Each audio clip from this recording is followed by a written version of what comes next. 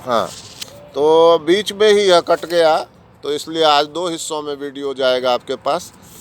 तो क्या होता है, अध्यवसाय सहचरेषु, जो विशेष प्रयासों के, जो सुदृढ़ एवं निरंतर, अध्यवसाय किसको कहते हैं? अध्यवसाय कहते हैं आपका परिश्रम। कैसा परिश्रम? जो सुदृढ़ है, निरंतर है। अध्यवसाय से प्राप्त किया मैंने, इसका मतलब मैंने प्रयास किया, और प्रयास भी कोई ऐसे नहीं कि कोई हल्का फुल्का प्रयास किया, बड़ा सुदृढ़ प्रयास किया, निरंतर प्रयास किया। तो इस स्थिति में अध्यवसायेषु, तो अध्यवसाय का जो सहचर है, यानी अध्यवसाय के द्वारा ही जिसको प्राप्त किया जा सकता है, ऐसे साहस में अध्यवसाय जिसमें आवश्यक है, ऐसे साहसिक कार्य में व्यक्ति की अत्यंत रुचि हो जाती है। कारण यह कि वह जुआ जो खेलता है, वह यह भी मानता है कि मैं हारूंगा, और हारूंगा तो फिर मुझे कष्ट होगा, मेरे पैसे जाएंगे, मन को तकलीफ़ होगी, लेकिन फिर भी वह जुआ खेलने के लिए जाता है। तो इसका मतलब है वह अध्यवसाय, निरंतर प्रयास और सुदृढ़ प्रयास करता है, वह साहसिक अभियान पे जाता है। इसके बाद कहते हैं अति कर्कश पुरुष प्रति संसर्गाद अनन्य दर्शनीयता। और इसके साथ ही क्या होता है कि इसके साथ ही किसी भी प्रकार के हमले से वह सुरक्षित हो जाता है। अनन्य दर्शनीयता, दूसरा कोई अब उसको दबा नहीं सकता, हरा नहीं सकता। क्यों? क्योंकि उसके जुए में बड़े कठोर लोगों से, कर्कश लोगों से उसकी भेंट होती है, जो कभी तो लड़ने लगते हैं, कभी हमला कर देते हैं, कभी गला दबाने के लिए तैयार हो जाते हैं, कभी रोने लगते हैं, कभी पाँव पर गिर जाते हैं।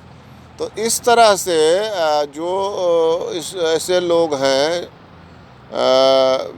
जुआ खेलने वाले, वो अति कर्कश, अत्यंत कठोर लोगों से भेंट होने के कारण क्या होता है, वे दूसरे के हमले अब उस पर कोई असर नहीं डालते हैं। इसके बाद कहते हैं कि मानावधारणम, व्यक्ति में सम्मान को बचाए रखने की क्षमता आ जाती है। कैसे मानावधारण कैसे जानने लगता? क्यों? क्योंकि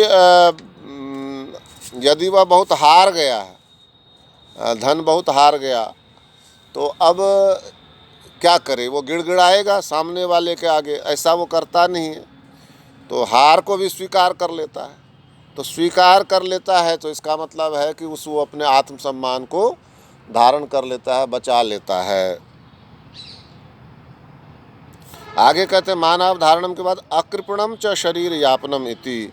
और इसके बाद क्या होता है, वो अपने शरीर को एक अच्छी प्रतिष्ठा या गौरव के साथ बनाए रख सकता है।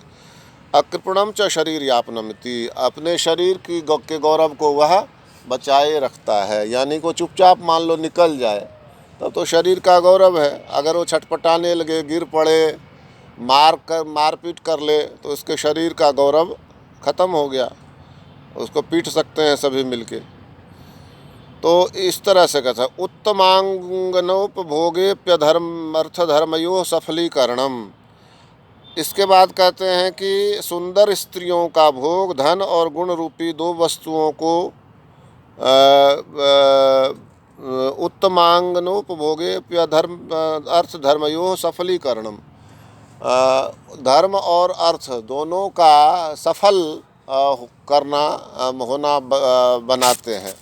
क्या मतलब हुआ कि जैसे कि कोई व्यक्ति अर्थवान है और गुणी भी है, तो वह उत्तम स्त्री का यदि भोग करता है तो यह मानो उसको सफल बनाना हुआ। अर्थ का आखिर उपयोग क्या है और आपके गुण का उपयोग क्या है यदि अंगना का यानी कि स्त्री का भोग नहीं किया? तो ऐसा ये मानते हैं। इसके बाद कहते हैं पुष्कलः पुरुषाभिमानः। इसके साथ ही क्या है,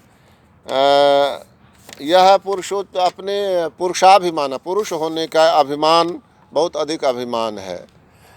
जो पुरुष है अपने अपने को बहुत बड़ा पुरुष मानता है, वही धन खर्च करता है और धर्म अपने गुणों के आधार पर वो दूसरी स्त्री का जो भोग करता है वह यही अपने पुरुष होने का अभिमान ही है।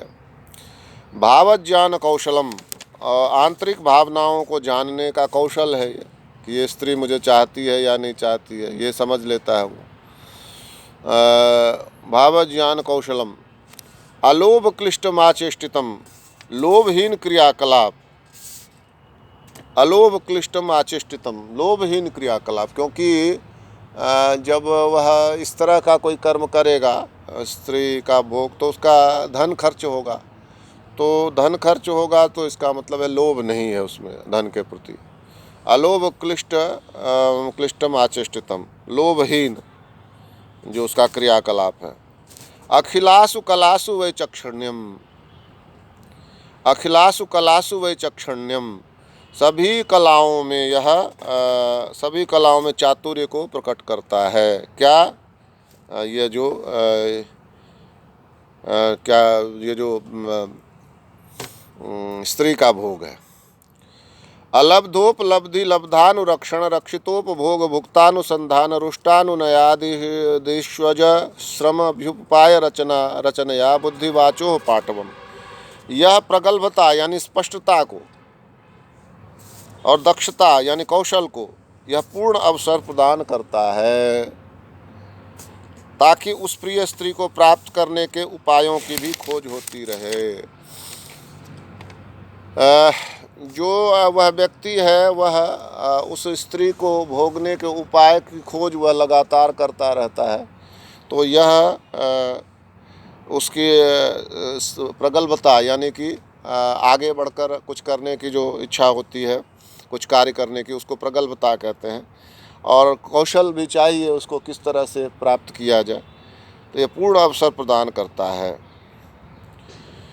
तो फिर आगे कहते हैं क्या कि जब वह प्राप्त हो तो उसको सुरक्षित रखा जा सके, और जब वह सुरक्षित रखी जाए तो उसका उपभोग किया जा सके। अलब्धोपलब्धि लब्धानुरक्षण, और जब उसका रक्षण रक्षितोपभोग और रक्षण हो तो उसका उपभोग हो। भुक्तानुसंधान, और जब उसका उपभोग हो तो उसको प्रसन्न रखा जा सके। और रुष्टानुनय, और जब वह आहत हो तो उसको प्रसन्न किया जाए। ऐसा उपाय अभ्युपाय रचनया बुद्धिवाचो पाटवम, यही उसकी बुद्धि और वाणी की कुशलता मानी जाती है। इन उपायों की रचना को ही उसके बुद्धि की कुशलता मानी जाती है। तो इस तरह से हमने